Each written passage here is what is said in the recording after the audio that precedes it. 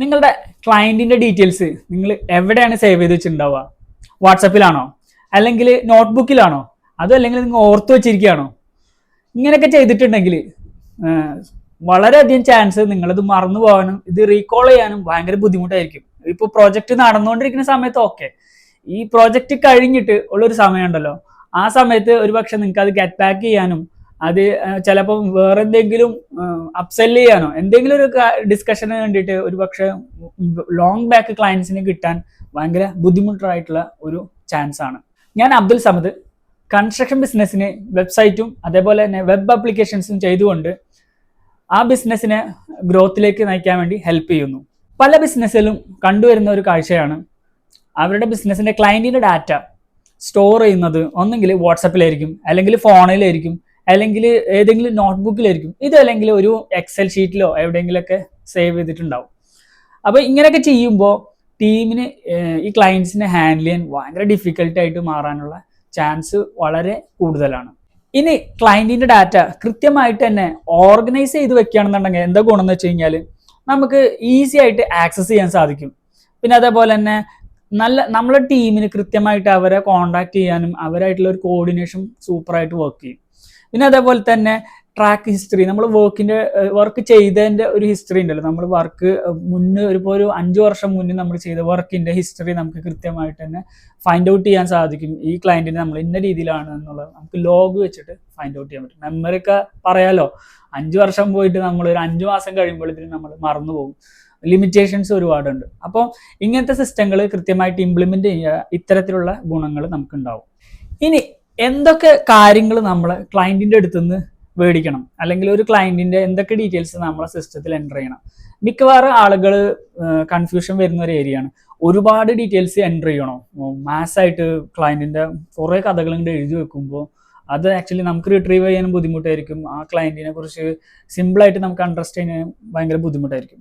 അപ്പോൾ അതുകൊണ്ട് വളരെ ബേസിക് കാര്യങ്ങൾ മതിയാവും അവിടെ. അതായത് നെയിം, പിന്നെ ഫോൺ നമ്പർ, ഇമെയിൽ ID, പിന്നെ അവരുടെ ലൊക്കേഷൻ, അവരുടെ പ്രോജക്റ്റിൻ്റെ ബഡ്ജറ്റ് എത്രയാണ്, അതിൻ്റെ ഡിസ്കഷൻ, നടന്നിട്ടുള്ള ചെറിയ പോയിന്റ്സുകളൊക്കെ കൂടിയിട്ടുള്ള ഒരു സമ്മറി പോലെ നമുക്ക് എഴുതി വയ്ക്കാം.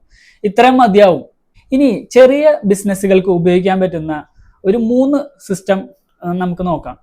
അതിൽ ഒന്നാമത്തത് ഗൂഗിൾ ഷീറ്റ്, അല്ലെങ്കിൽ ഗൂഗിൾ ഓൺലൈനായിട്ട് ചെയ്യാൻ പറ്റുന്ന ഒരു ഷീറ്റാണ് ഗൂഗിൾ ഷീറ്റ്.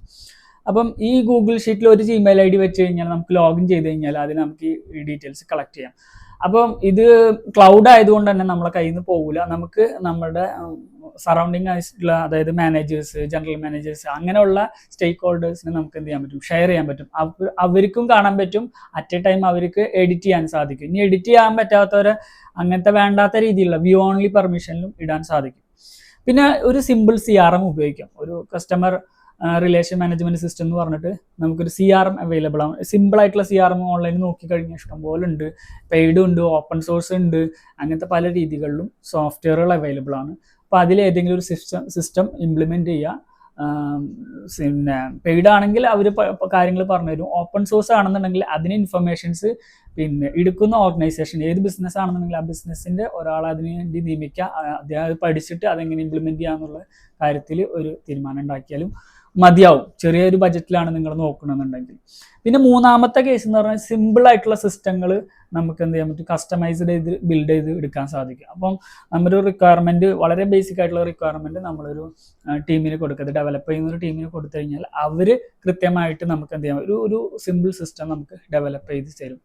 അപ്പോൾ അങ്ങനെ യൂസ് ചെയ്താലും നമ്മളുടെ പരിപാടികൾ കൃത്യമായിട്ട് സ്മൂത്തായിട്ട് തന്നെ നടക്കും. അപ്പോൾ ക്ലയൻസിൻ്റെ റെക്കോർഡ്സുകൾ കാര്യം കൃത്യമായിട്ട് എന്താണ് നമ്മൾ അവരുടെ അടുത്ത് പറയണമെന്ന് നമുക്ക് വേണ്ടി ക്രാഫ്റ്റ് ചെയ്ത രീതിയിൽ നമുക്ക് കൃത്യമായിട്ട്, ഇതാണ് ആക്ച്വലി ഞാൻ കൂടുതൽ നിങ്ങൾക്ക് സജസ്റ്റ് ചെയ്യുന്നത്. ഏത് ഓർഗനൈസേഷനും അതിൻ്റെ പ്രോസസ്സ്, അതിൻ്റെ ക്ലയൻറ്റ് ഡീലിങ്സ് എല്ലാം ഡിഫറെൻ്റ് ആണ്. അപ്പോൾ നിങ്ങൾക്ക് ക്രാഫ്റ്റ് ചെയ്യുന്ന രീതിയിൽ നിങ്ങൾ ചെയ്ത് കഴിഞ്ഞാൽ ഫ്യൂച്ചറിസ്റ്റിക് ആയിട്ട് നിങ്ങൾക്ക് ഡെവലപ്മെൻറ്റിൽ നടത്തിയ ആ ഒരു സിസ്റ്റത്തെ നെക്സ്റ്റ് ലെവലിലോട്ട് കൊണ്ടുവരാനും സാധിക്കുന്നതാണ്. ഡാറ്റ ഓർഗനൈസ്ഡ് ഇല്ലെങ്കിൽ നമ്മുടെ ബിസിനസ്സിൻ്റെ ഗ്രോത്ത് സ്ലോ ആവും. അത് വളരെ ശ്രദ്ധിക്കേണ്ട ഒരു കാര്യമാണ്. നമ്മൾ എന്തിനാ ബിസിനസ് ചെയ്യുന്നത്? ഗ്രോത്ത് ഉണ്ടാവാനത് പെട്ടെന്ന് ഫാസ്റ്റായിട്ട് വളരുക എന്നുള്ളൊരു ഉദ്ദേശത്തിലാണല്ലോ. അപ്പം നമ്മൾ ഇൻവെസ്റ്റ്മെൻറ്റ് നടത്തേണ്ട റൈറ്റ് പ്ലേസിൽ നമ്മൾ ഇൻവെസ്റ്റ്മെൻറ്റ് നടത്തണം. അത് ഇൻവെസ്റ്റ്മെൻ്റ് ആണ്, എക്സ്പെൻസ് അല്ല. ഓക്കെ, അപ്പോൾ അത്തരത്തിലുള്ള ഇൻവെസ്റ്റ്മെൻറ്റുകൾ നടത്തി കഴിഞ്ഞാൽ നമ്മുടെ ഈ ഒരു പ്രോസസ്സിൻ്റെ ഗ്രോത്ത് ഉണ്ടല്ലോ, അതായത് ഈ ഗ്രോത്ത് പോകുന്ന അതിനെ നമ്മൾ കുറച്ചുകൂടി ഫാസ്റ്റർ ആക്കാൻ നമ്മൾ ഹെൽപ്പ് ചെയ്യുകയാണ്. ഒരു സിസ്റ്റമാറ്റിക് ആയിട്ട് പോകാൻ വേണ്ടി നമ്മൾ സഹായിക്കും. ഓക്കെ, ഇത്തരത്തിലുള്ള കൺസ്ട്രക്ഷൻ റിലേറ്റഡ്, സിസ്റ്റം റിലേറ്റഡ് വീഡിയോസൊക്കെ നിങ്ങൾക്ക് കാണാൻ താല്പര്യമുണ്ട്, അതിനെക്കുറിച്ച് കൂടുതൽ പഠിക്കാനൊക്കെ താല്പര്യം ഉണ്ടെങ്കിൽ ഈ വീഡിയോ അല്ലെങ്കിൽ ഈ ചാനൽ ഒന്ന് സബ്സ്ക്രൈബ് ചെയ്യുകയും ഈ വീഡിയോനെ ലൈക്ക് അടിക്കുകയും ചെയ്യാം. ഓർഗനൈസ്ഡ് ആയിട്ടുള്ള ഡാറ്റ ക്ലയൻറ്റിൻ്റെ ഒക്കെ നമ്മളെ കയ്യിൽ ഉണ്ടെന്ന് വെച്ച് കഴിഞ്ഞാൽ ഒരു സിസ്റ്റമാറ്റിക് ആയിട്ട് തന്നെ നമ്മുടെ ബിസിനസ്സിനെ റൺ ചെയ്യാനും നല്ല രീതിയിൽ തന്നെ പ്രോഫിറ്റിലോട്ട് നയിക്കാനും നമ്മളെ സാധിക്കും. ഡിസിഷൻസ് കൃത്യമായിട്ട് എടുക്കാൻ, ഫിനാൻഷ്യൽ ഡിസിഷൻ ആയാലും പിന്നെ ഒരു നെക്സ്റ്റ് ലെവൽ പ്രോജക്ട്സിനെ കുറിച്ചുള്ള ഡിസിഷൻസ് ആയാലും നമുക്ക് കൃത്യമായിട്ട് തന്നെ എടുക്കാൻ സാധിക്കുന്നു ഇവിടെയാണ്.